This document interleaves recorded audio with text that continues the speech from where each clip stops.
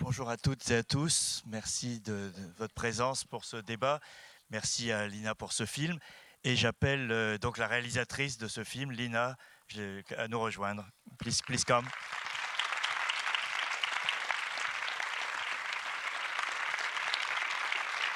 Welcome. Bienvenue.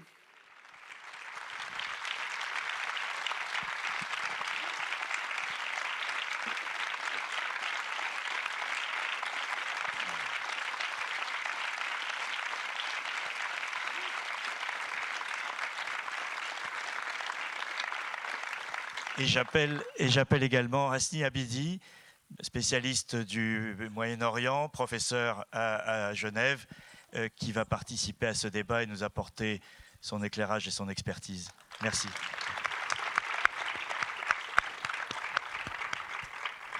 Je vais passer à l'anglais si ça ne vous ennuie pas pour faciliter la communication, mais vous avez la traduction pour ceux qui en auraient besoin et chacun utilisera la langue qu'il préfère. So, thank you, Lina, for this film. Merci, Lina, pour ce film. C'est une occasion rare que de pouvoir voir de l'intérieur ce qui se passe dans un pays qui est en proie à une lutte qui devient une crise d'une telle ampleur et de voir tout cela par le prisme personnel, intime, politique également de la tragédie. Une question pour vous. Est-ce que vous vous souvenez de la Lina de 2011? Qui étiez-vous alors lorsque tout a commencé? Qu'aviez-vous à l'esprit? Vous sentiez-vous politisée? Étiez-vous déjà militante d'une manière ou d'une autre? Ou est-ce que ces événements ont cristallisé cela chez vous? Eh bien oui, j'étais déjà un peu militante, j'étais journaliste, mais pas de la manière dont je voulais pratiquer ce métier parce qu'il y avait tellement de censure. Donc, je voulais aider, participer à différentes causes et faire changer les choses. Je ne pouvais pas être militante politique parce que c'était complètement interdit. Les militants pendant la Révolution et ceux qui sont devenus militants par la suite étaient bénévoles à la Croix-Rouge, bénévoles auprès de différentes ONG. C'était des gens qui souhaitaient agir et qui ne trouvaient pas d'autre manière pour le faire. Mais au début de ces événements, est-ce que vous pensiez que la résistance pacifique, les manifestations pacifiques permettraient, suffiraient à renverser le régime d'Assad? Alors, avant 2011, avant le printemps arabe, personne n'y croyait. La Tunisie nous a surpris, puis l'Égypte. Les gens dans ces pays ont commencé à y croire. Et l'espoir a suffi. Bien sûr, rien n'était certain, mais avoir ne serait-ce que cette possibilité que cela puisse fonctionner, eh bien cela a fait descendre les gens dans la rue. Ce film, c'est aussi l'histoire de la fin des illusions. À la fin, les dernières phrases que vous prononcez sont plutôt amères. Niveau vos désillusions, est-ce que c'est quelque chose que vous avez ressenti à l'époque ou est-ce que c'est un ressenti qui vous est venu lorsque vous avez fait le film? Eh bien, au fil de l'avancement de ces événements, il y avait de la peur, de l'inquiétude, de l'espoir et les désillusions sont arrivées peu à peu, très lentement, au fil des ans. I think they sound very also intense in a sense because Elle semble intense d'une certaine manière parce que c'est une conclusion à laquelle on arrive. Lorsque j'ai écrit le voice-over, cela faisait déjà 10 ans après ces événements. Donc, si on résume 10 ans de déception, eh bien effectivement, oui, cela a un goût amer. Et en rétrospective, Qu'est-ce qui manquait à l'époque, selon vous? Qu'est-ce qui manquait pour parvenir à la victoire? Est-ce que c'est le soutien international? On a vu le moment où la Russie et la Chine ont mis leur veto à l'ONU. Est-ce qu'il s'agissait de quelque chose d'interne qui manquait? Qu'est-ce qui vous a empêché d'être victorieux à l'époque? Eh bien, les événements de décembre 2024 ont montré que ce n'était pas de soutien international qui nous a fait défaut. C'est justement l'intervention internationale qui nous a nui. Si personne n'était intervenu, nous aurions pu euh, faire tomber Assad. Il y avait les milices iraniennes, les bombardements aériens russes, les vétos à l'ONU, le soutien international que Bachar a reçu. Sans cela, il n'aurait jamais tenu aussi longtemps. Hasni, lorsque vous avez regardé ce film, est-ce que vous avez suivi ces événements de très près en Syrie ces 10 dernières années, mais voir les choses du cœur d'un petit groupe de militants de Damas, qu'est-ce que cela vous a inspiré? Finalement, le film, même s'il s'agit d'un témoignage et un récit qui est très personnalisé, mais il traduit finalement la scène politique syrienne d'une manière générale. À la fin, vous avez tous entendu le mot doute, et le doute s'est emparé de tout processus révolutionnaire ou un processus tout simplement de protestation. Le même débat qui a eu lieu dans le film, c'est le même débat qu'il y a eu entre plusieurs acteurs en Syrie pendant ces années-là. C'est-à-dire, est-ce que finalement c'est bien de radicaliser l'opposition ou de rester pacifique? C'est le même débat aussi qui a eu lieu. Est-ce qu'il faut des forces internationales? Il faut une internationalisation de la crise syrienne ou plutôt il faut la laisser dans sa dimension locale? Donc la force de ce film, à mon avis, c'est de partir de ce parcours, de ce contexte qui est complètement intimiste et pour donner un visage à une situation qui était, à mon avis, la séquence syrienne la plus difficile, où il fallait faire des choix, où le régime syrien, contrairement à la Tunisie ou à d'autres pays, a choisi vraiment la voie radicale pour répondre à l'opposition, ce qui a donné aussi une radicalisation de l'opposition et une situation qui est difficile, puisque le régime syrien, c'est le dernier finalement qui a chuté, c'est le régime syrien, pour vous dire, il a tout de même tenu plusieurs années. Et il a tenu à partir de 2015, parce que c'est là où il y a le changement, c'est l'année où l'INA quitte la Syrie, parce que c'est cette année-là où il y avait une intervention très importante de la Russie, il y a un engagement très important. Bachar al-Assad, il était très fragilisé déjà en 2015. Mais cette intervention, et d'ailleurs une phrase très intéressante, je ne sais pas si qui dit dans le documentaire RIMA, qui dit « Nous avons besoin juste de no-fly zone ». Et c'est exactement la situation. C'est-à-dire du moment où l'aviation russe s'est intervenue avec force, elle a assuré la survie du régime syrien. Donc c'est pour ça que j'ai beaucoup apprécié ce film, parce qu'il fait une lecture qui est presque quotidienne, avec d'autres mots, de la séquence syrienne, réponse à plusieurs interrogations sur est-ce que c'est un chahut d'enfants, est-ce qu'une révolution de radicaux, de barbus ou d'islamistes, mais on a bien vu que ce sont plutôt des dynamiques personnelles, des dynamiques individuelles. Finalement, ce sont des initiatives personnelles. On n'a pas vu des agendas externes ou une manipulation de l'extérieur. Et si souvent, ce sont ces manipulations qui résistent et qui restent longtemps. Et on a vu ce cas en Égypte et on l'a vu dans d'autres séquences. Lina, in the film, you present. Lina, dans votre film, vous montrez très bien le moment où des groupes armés arrivent sur le devant de la scène et la résistance passe du pacifisme aux armes. Il y a eu beaucoup de discussions sur cette question. Est-ce que c'est une évolution positive ou négative? Est-ce que vous pensez que c'est quelque chose qui était inévitable de passer à la résistance armée?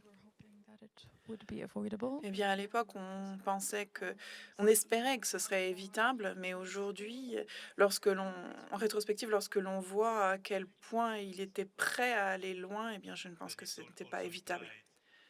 The extremist groups. Mais du coup, cela signifie que les groupes extrémistes ont pris part à la révolution et qu'ils ont plongé le pays davantage encore dans le chaos.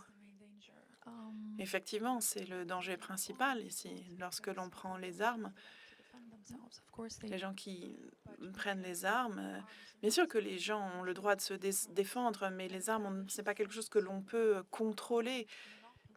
on S'il n'y a pas un État établi avec un monopole sur les armes, avec le droit international qui le protège des interférences étrangères, si vous n'êtes qu'un petit groupe, from the army. You have your rifles, you have a few bullets. You're gonna run out of them sooner. eh bien, au bout d'un moment, vous n'allez plus avoir de munitions, plus avoir d'armes. Et donc, pour cela, vous avez besoin d'énormes financements pour avoir suffisamment de munitions, suffisamment d'armes. C'est impossible de rester indépendant dans cette situation. Donc, au bout d'un moment, vous allez vous retrouver hijacké par quelqu'un. C'est un petit peu comme être un toxicomane. C'est quelque chose de très dangereux.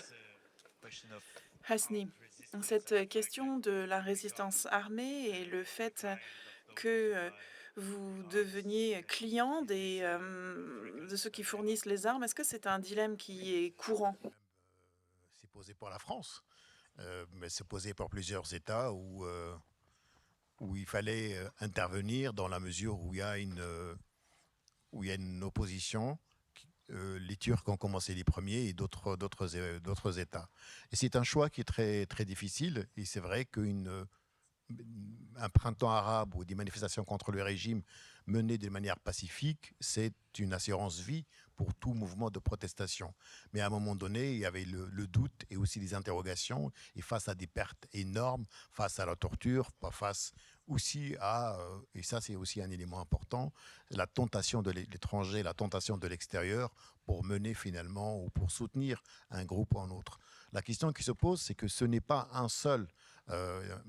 c'est pas un seul acteur international et régional, mais plusieurs. Et quand il y a plusieurs, ils arrivent finalement à créer une clientèle et aussi des acteurs, c'est-à-dire une certaine division au sein de l'opposition. Et on part finalement d'une opposition frontale à un régime pour un changement pour les Syriens, à finalement à plusieurs agendas, plusieurs objectifs, et qui sont régulièrement divergents. Et ça, c'est la menace qui guette tout mouvement révolutionnaire ou un mouvement protestataire. C'est-à-dire que finalement, le régime lui-même, il commence même à travailler sur cette division et il se nourrit en quelque sorte de la diversité dans l'objectif, les diversités aussi dans les acteurs régionaux qui n'ont pas les mêmes acteurs. Si on prend le cas syrien, il y avait même des divisions, des querelles entre les deux pays, entre le Qatar et l'Arabie Saoudite qui proteste et qui reprend tout le soutien fait par le monde arabe avec les Américains en disant que les Qataris finalement, ils étaient trop mous. Donc on est arrivé à une situation très difficile. Souvenez-vous,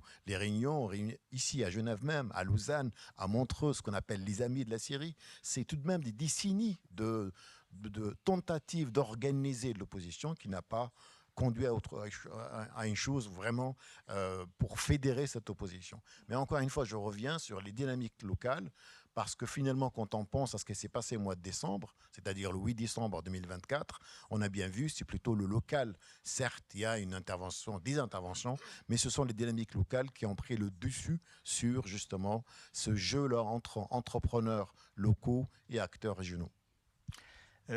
Lina, you've been living in exile for. Vous vivez en exil depuis bien des années. Avez-vous été étonné le 8 décembre ou est-ce que vous vous y attendiez? Non, j'ai été totalement surprise.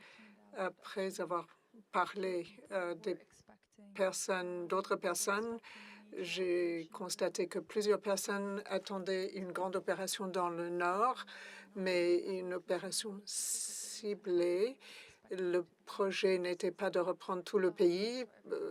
Ils ne pensaient pas en avoir la capacité. Tout devait se concentrer sur Idlib, étendre la zone sous contrôle rebelle, ensuite prendre, avec un peu de chance, Alep. Mais lorsque les forces du régime se sont repliées, ils ont continué. Vous êtes retourné à Damas peu après la reprise de la capitale. Quels ont été vos sentiments, vos émotions en arrivant sur place? Les 2 premiers jours, j'attendais que quelqu'un me pince pour me réveiller. J'étais dans un pays que j'appelais de mes rêves depuis 10 ans et je me disais, mais c'est exactement comme dans mon rêve. Mais ensuite, les habitudes reprennent le dessus.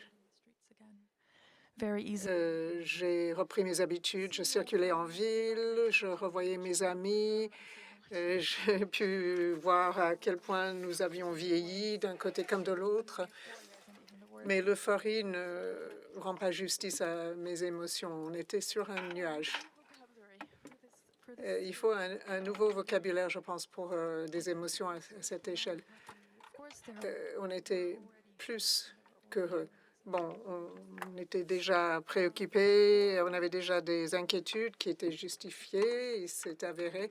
Mais pendant ces quelques semaines, nous disions à tous nos amis qui étaient préoccupés pour l'avenir du pays, est-ce qu'on peut appuyer sur pause? Est-ce qu'on peut vivre ces instants d'euphorie? On a tellement vécu de choses difficiles, laissez-nous en profiter et quand il le faudra, on reviendra à la lutte et on fera face aux défis. Mais nous avons décidé de vivre pleinement ce moment.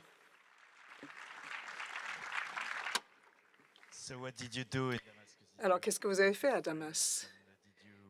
Vous avez revu vos amis, vous avez repris vos outils de journaliste.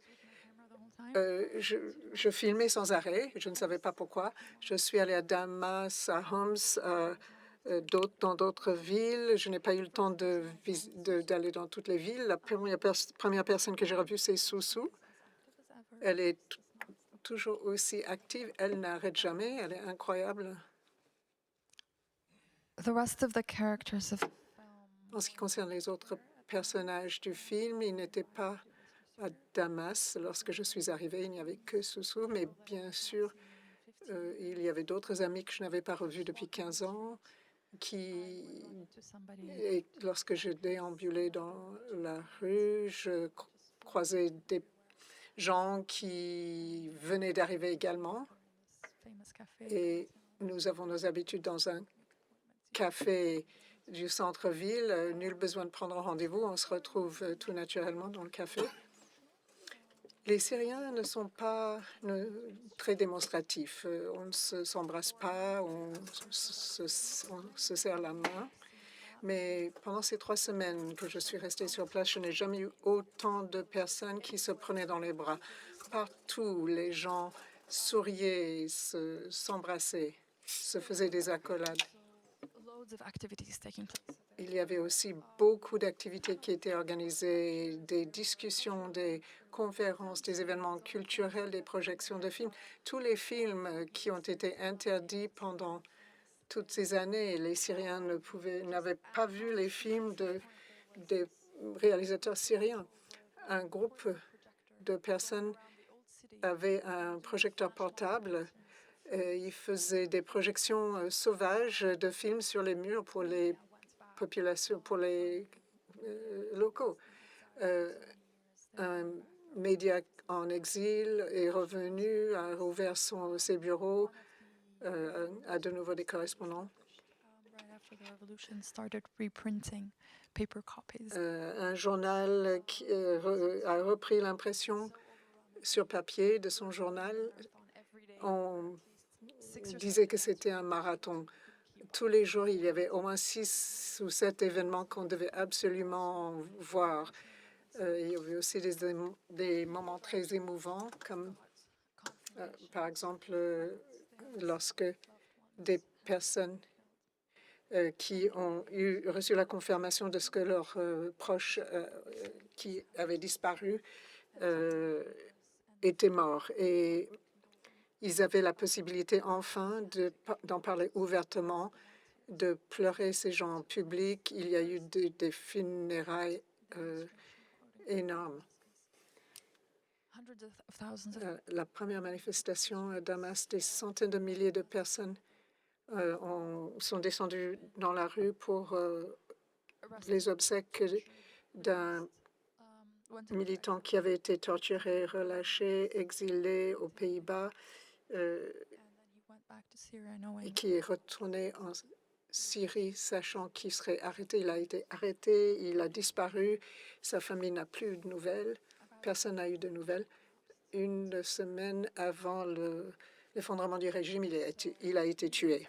Et 3 jours après, ces obsèques ont eu lieu avec, comme je l'ai dit, des centaines de milliers de personnes. D'autres obsèques ont eu lieu également. that we know what Il y avait des they manifestations pour les réformes, pour la vérité sur les disparitions, la documentation sur et de preuves sur ce qui s'était passé dans les prisons. in an attempt to Les- maintain Le personnel des prisons, peace dans une have more tentative d'éviter les affrontements, asked to withdraw their weapons, to put their weapons aside.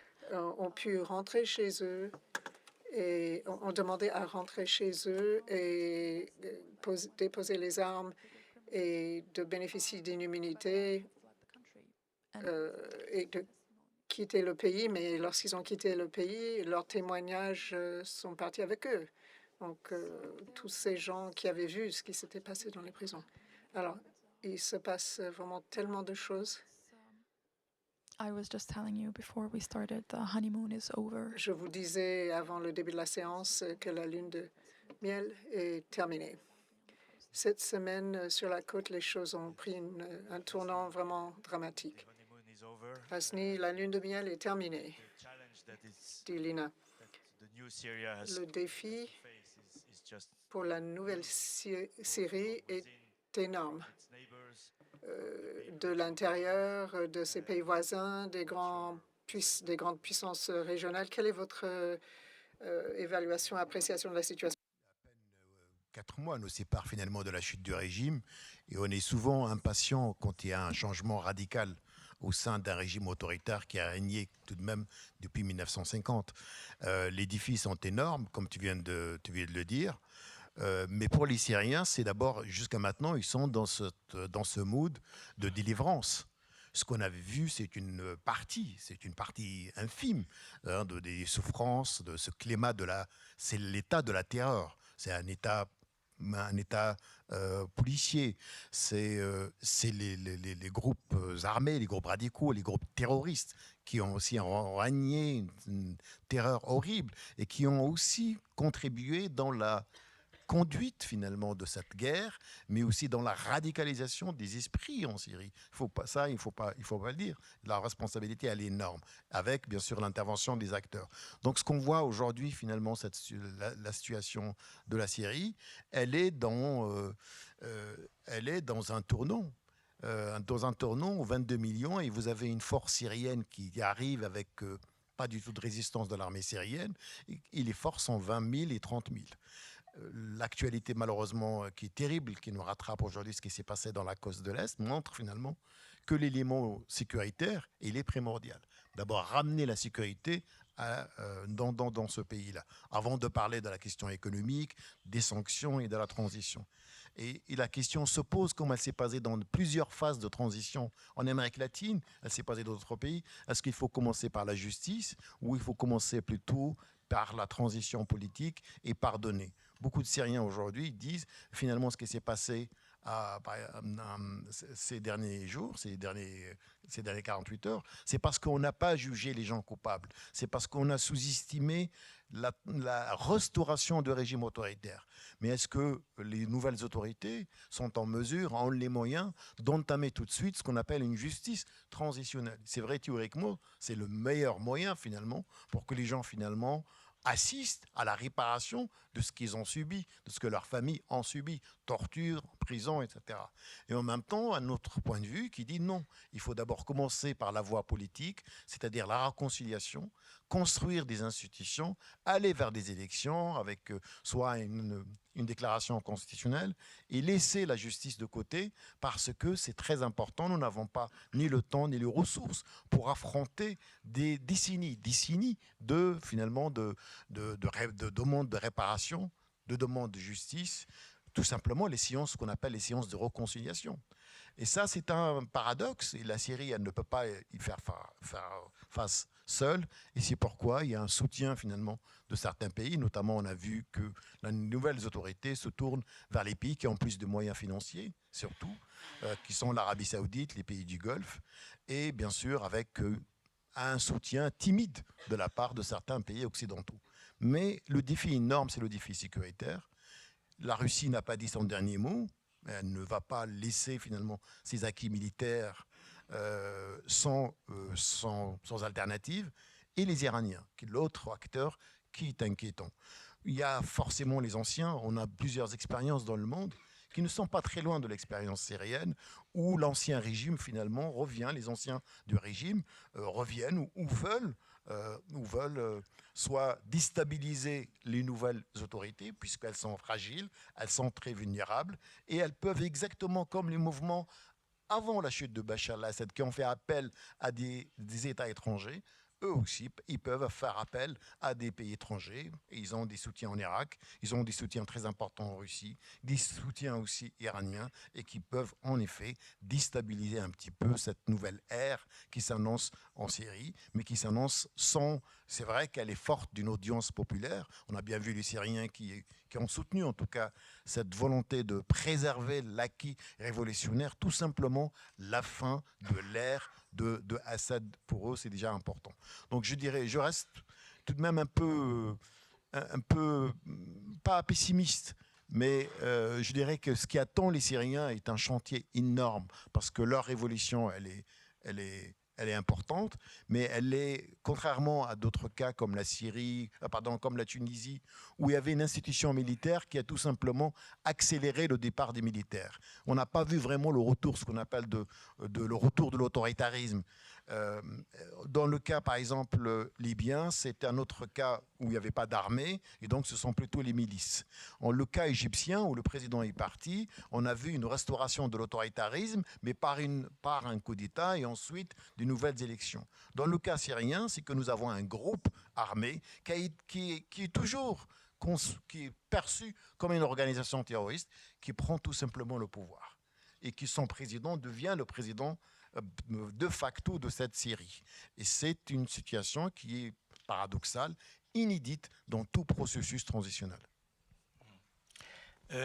Lina, do you think Syria can manage? Lina, pensez-vous que la Syrie peut gérer le grand défi des minorités? Parce que Assad jouait sur le fait que les différentes minorités ethniques étaient vraiment des minorités. United to face the situation. Et maintenant, nous voyons ce qui se passe depuis quelques jours à Latakia avec les lambeaux des forces al-Assad, les Druzes au sud, ce qui se passe au nord. Il y a ces tensions avec les différentes minorités. Comment est-ce que la Syrie peut relever tous ces défis tout en restant unis? C'est une grande question, je sais. That's what we're trying to figure out. Eh bien, c'est ce qu'on essaye de comprendre. I think we just need to take a deep breath. Je pense qu'il va falloir qu'on prenne notre respiration Not run after rumors. et qu'on n'écoute pas les rumeurs, And, qu'on n'écoute pas les gens qui nous disent mais, more and more. et que What on start- garde à l'esprit le fait que les algorithmes des réseaux sociaux ne vont faire que nous polariser davantage. Comme vous l'avez dit, les événements qui se sont déroulés sur la côte sont le fait de lambeaux du régime, des gens qui n'ont pas encore été arrêtés. Ce sont des gens qui pensent qu'ils vont recevoir un soutien de l'étranger, que la Russie va les sauver. Mais on espère que les gens vont finir par comprendre que ce n'est pas vrai.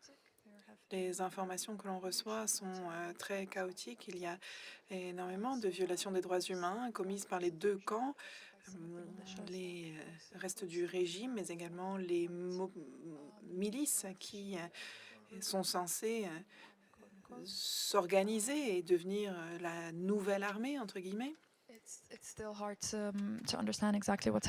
C'est difficile de comprendre exactement qui est en train de se passer, mais les Syriens commencent à s'exprimer en faveur de l'unité et ce sont ceux-là même qui sont ciblés pour cette raison. Parce que lorsque vous avez des milices dont la profession, c'est la guerre, la fin de la guerre, ce n'est pas une bonne nouvelle pour eux. Il faut donc que ce réarmement se fasse parallèlement à la proposition de solutions à ces personnes. Il y a également beaucoup de toxicomanes. Nous savons tous que le régime a été un producteur mondial de Captagon ces 10 dernières années. Donc, on est vraiment dans une situation de violence autorisée qui a lieu à une échelle sans précédent. Et ces gens qui commettaient ces violences, eh bien, on leur retire leur pouvoir, leurs armes, leurs drogues. Parfois, ils se font même exproprier parce qu'ils occupaient illégalement une maison. Et ces gens-là sont désespérés.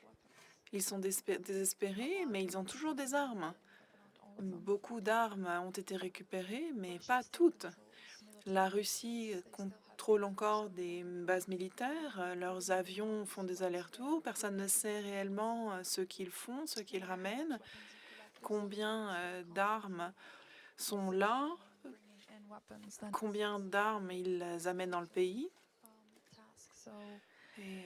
Et c'est illusoire de croire qu'on peut avoir des informations là-dessus.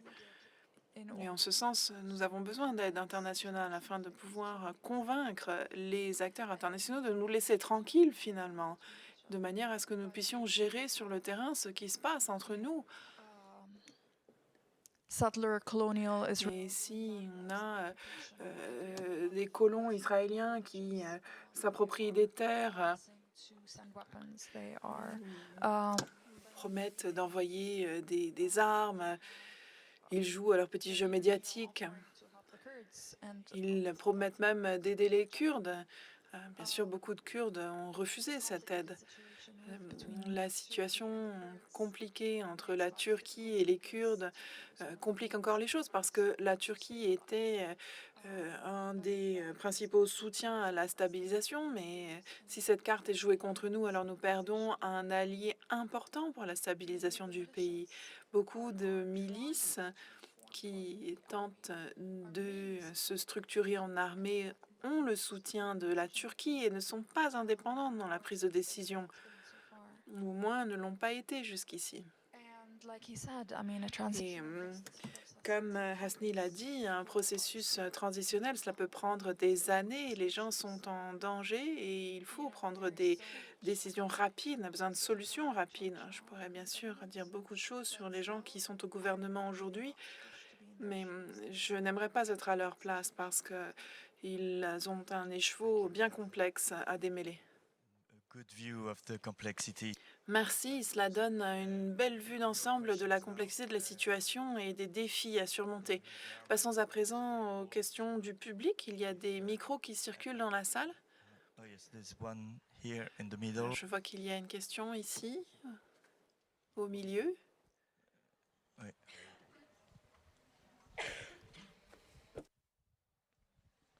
Bonjour. Donc je vais parler en français, désolé. Oui. D'abord, félicitations pour ce film. Évidemment, il y a peu de films sur ce qui s'est passé durant toutes ces années, donc c'est un document précieux. Et bravo à vous et à vos amis d'avoir tenté de documenter cette phase terrible. Je vous remercie aussi d'avoir cité, d'avoir complété ce que disait monsieur en disant qu'il y avait aussi 2 autres pays qui déstabilisaient la région, et la Syrie en particulier, Israël et la Turquie. Il ne faut pas les oublier, il n'y a pas que l'Iran et la Russie. Et derrière, évidemment, il y a les États-Unis qui soutiennent Israël. Et une petite pensée donc pour la jeunesse palestinienne et la jeunesse kurde, qui ne sont pas libres, toujours pas. Voilà. Mais ce n'est pas une raison pour ne pas se réjouir, évidemment, que la jeunesse syrienne... Je termine. Je vais poser la question. Ne vous inquiétez pas, c'est rapide. Que la jeunesse syrienne, pour qu'elle puisse comprendre ce que je dis, ce n'est pas une raison pour ne pas se réjouir que la jeunesse syrienne n'ait pas cette possibilité, enfin, de pouvoir vivre libre. Voilà, merci. La question, c'est est-ce que vous n'avez pas peur, ça a été dit un petit peu, que la Syrie devienne le nouveau Liban? C'est-à-dire que pendant longtemps, le Liban était le pays où les puissances étrangères utilisaient le pays comme un théâtre de jeu, un jeu horrible, bien évidemment. Est-ce que la Syrie est condamnée à devenir ce théâtre dramatique? Et est-ce que vous appelez de vos voeux une conférence internationale qui permettrait de mettre tous les pays qu'on a cités, tous ces acteurs, et avec la société civile, bien sûr, pour essayer de sortir de ce conflit? Ou bien, vous l'avez évoqué aussi, il faut que ça se règle entre Syriens. Mais est-ce que ce n'est pas illusoire? Merci. Merci. Lina.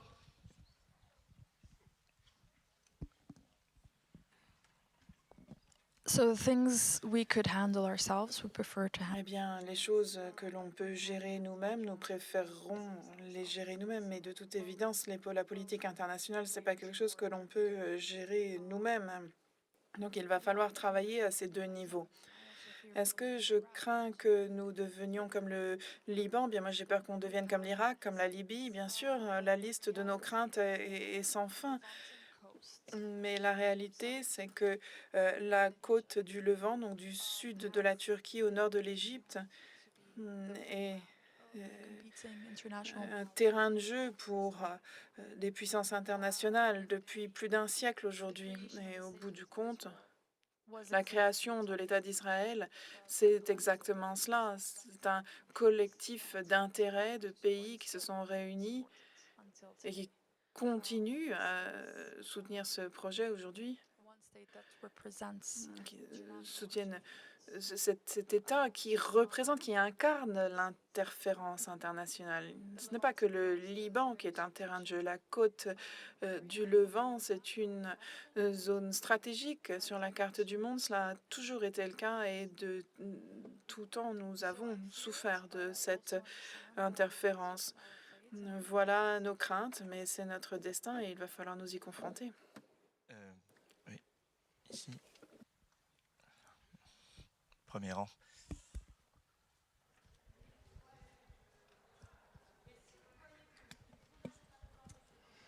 Merci beaucoup pour ce film.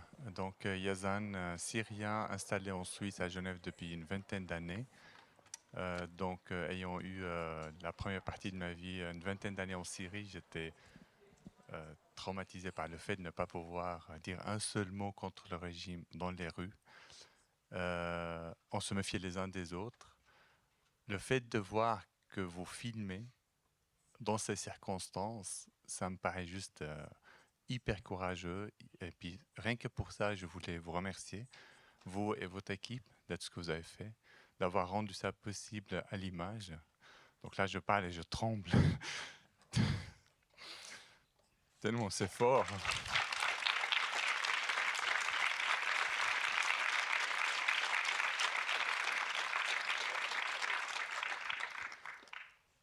Juste une petite question, vous êtes encore en contact avec Raed, l'infirmier?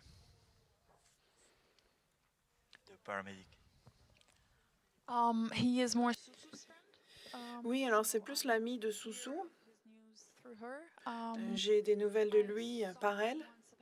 Je l'ai vu une fois, il y a 10 ans. Je lui ai rendu visite là où il vit aujourd'hui. Il vit en Suisse d'ailleurs. He lives in Switzerland now. He came Il vit en Suisse aujourd'hui. Il est venu s'installer ici. Il est venu pour se faire soigner, puis il est resté. Je l'ai vu donc il y a environ une dizaine d'années.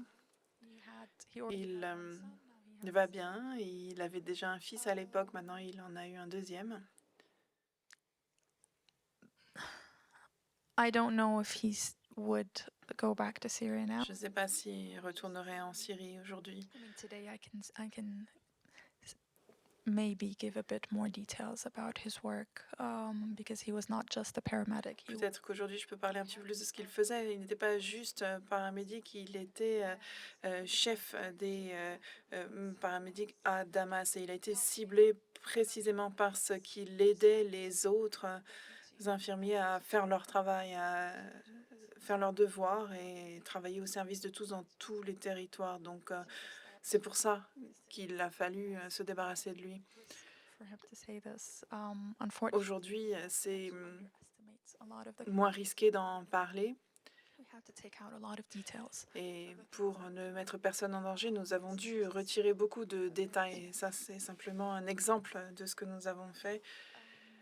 It was also Un tout petit exemple, mais a generous collaboration from Switzerland to offer. la Suisse a très généreusement proposé de le soigner. Donc voilà, merci à la Suisse. Pour créer des ponts positifs. J'ai bien connu Raed ici à Genève, donc effectivement il a été pris en charge par les HUG pour tout un traitement qui a duré très très longtemps. Et je connais son histoire et puis c'est vraiment courageux ce qu'il a vécu. Merci.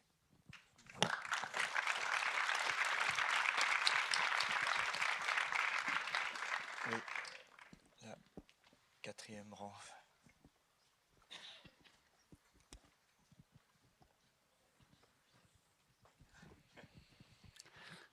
Lina, thank you very much. Lina, merci beaucoup. Extremely interesting. You shared a lot of Tout cela est extrêmement intéressant. Vous avez partagé votre sagesse avec nous. Je vous en remercie. Vous semblez très mûr malgré votre jeune âge. all the good compliments I can share with you. Bon, trêve de compliments. J'aimerais vous poser la question suivante. En tant que journaliste aujourd'hui, avec toute la sagesse que vous possédez, lorsque vous songez à la Syrie aujourd'hui, quel est l'appel à l'action que vous lanceriez aux Syriens de la diaspora? Eh bien, il faut vous mettre au travail.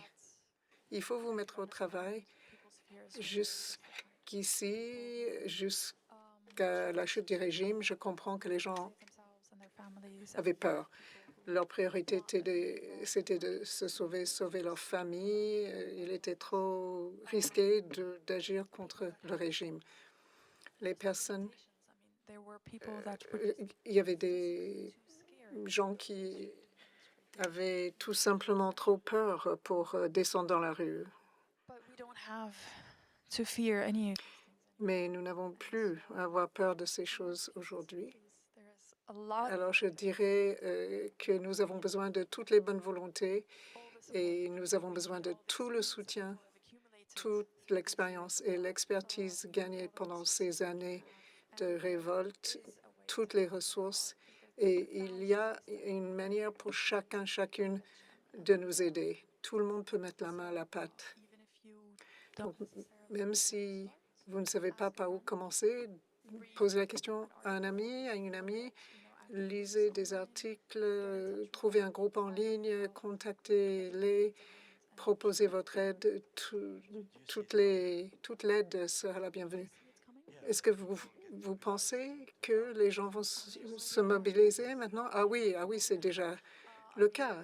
I can't keep up with all the new Je n'arrive pas à suivre projects that are coming up. tous les projets qui voient le jour, tous les groupes qui sont créés, des associations. It's just non-stop meetings. C'est sans arrêt. Il y a des réunions en présentiel, en ligne tout le temps pour coordonner le travail. C'est absolument foisonnant.